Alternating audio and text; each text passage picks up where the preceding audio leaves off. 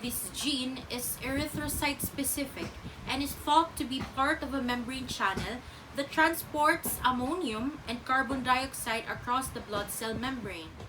PIEZ01, the protein encoded by this gene, is a mechanically activated ion channel that links mechanical forces to biological signals. So the pathophysiology for overhydrated hereditary stomatocytosis, RH-associated protein and others unknown. Increased membrane permeability to sodium and potassium. Increased intracellular sodium cause influx of water. Increase in cell volume and decreased cytoplasmic viscosity.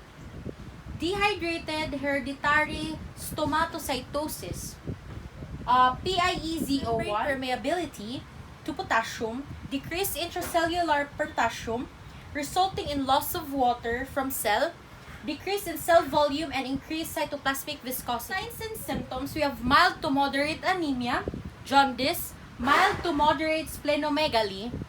For physical findings, patients with hereditary stomatocytosis usually have jaundice and acute splenomegaly. Laboratory findings of overhydrated hereditary stomatocytosis, patients with OHS may have the following: 5% to 50% stomatocytes on PBS, decreased MCHC, reduced RBC potassium concentration, elevated RBC sodium concentration, increased cation content in the RBCs, increased OFT due to the decreased surface to area volume. The lab findings for DHS: target cells per cells, desiccated cells with spicules on blood smear, elevated MCHC, decreased OFT. For the diagnosis is based on the massive right shift of the osmotic gradient ectocytometry curve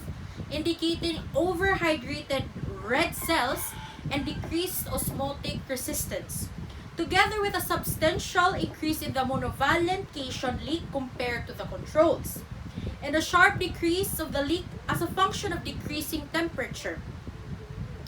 Blood smears show an elevated percentage of well-formed stomatocytes. There is macrocytosis, a low mean cell hemoglobin concentration, and a high reticulocyte count.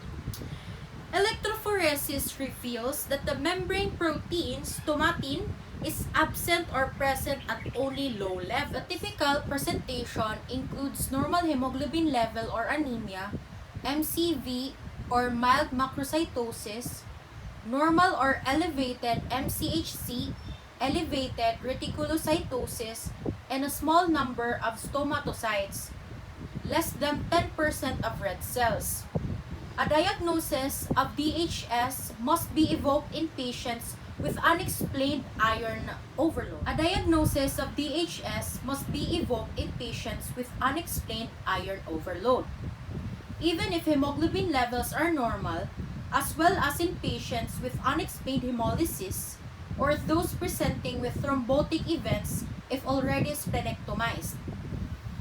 Osmolar gradient ectocytometry is the best phenotypic diagnosis method, showing a leftward shift of the bell-shaped curve with a normal maximum deformability index and a diseased hypo and hyperosmotic point, reflecting decreased osmotic fragility and cell dehydration respectively. In some cases, an increased serum potassium level is absorbed, which results from in vitro leakage and is clinically irrelevant. Measurement of ferritin level and MRI are performed to evaluate iron overload. At present, there is no specific treatment. Many patients with hemolytic anemia take folic acid or vitamin B9 since the greater turnover of cells consumes this vitamin. During crisis transfusion may be required. Clotting problems can occur for which anticoagulation may be needed. Unlike hereditary spherocytosis, splenectomy is contraindicated. Overall prognosis is favorable in well-managed patients. Splenectomized patients are at risk of early or late thrombic events. Sickle cell disorder, a group of inherited RBC disorders. People with SCD have abnormal hemoglobin called hemoglobin S or sickle hemoglobin in their blood cells. It is inherited in an autosomal recessive pattern in which the person with SCD inherits two abnormal hemoglobin genes from one of each parent.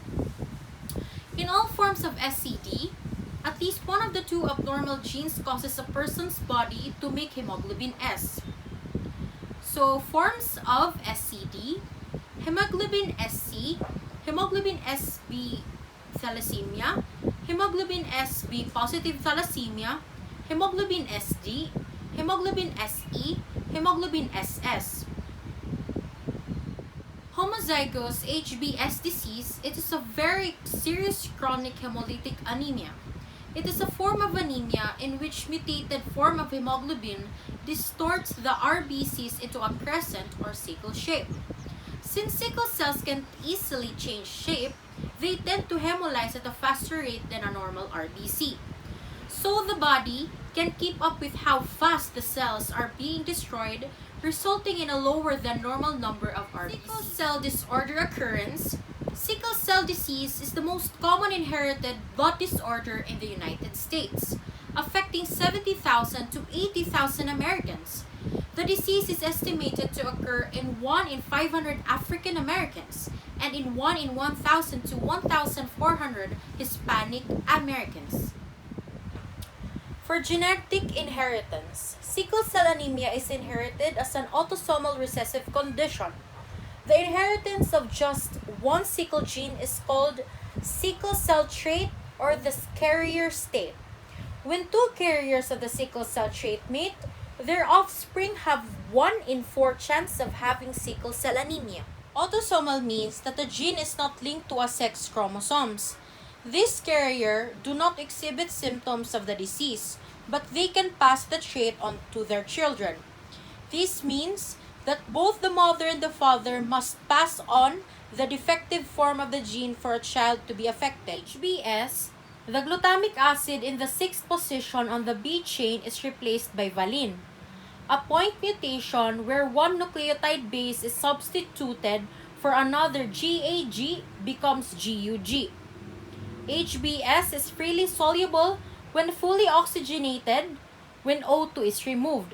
HbS polymerizes with formation of tactoids, fluid crystals that are rigid and deform the cell into the shape that gave the cell its name. Interaction between the side chain of B6 valine and the hydrophobic packet of B85 phenylalanine and 88 leucine of another HbS molecule is probably the basis of polymer formation. Sickle cell impede blood flow to tissues and organs, resulting to death, organ infraction, and pain. Hemolysis is common.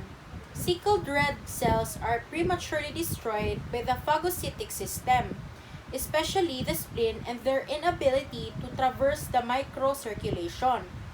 The bone marrow responds by increasing erythropoiesis. As a result, the marrow spaces widen and the bone cortex thins. Extramedullary hematopoiesis may be observed in severe cases.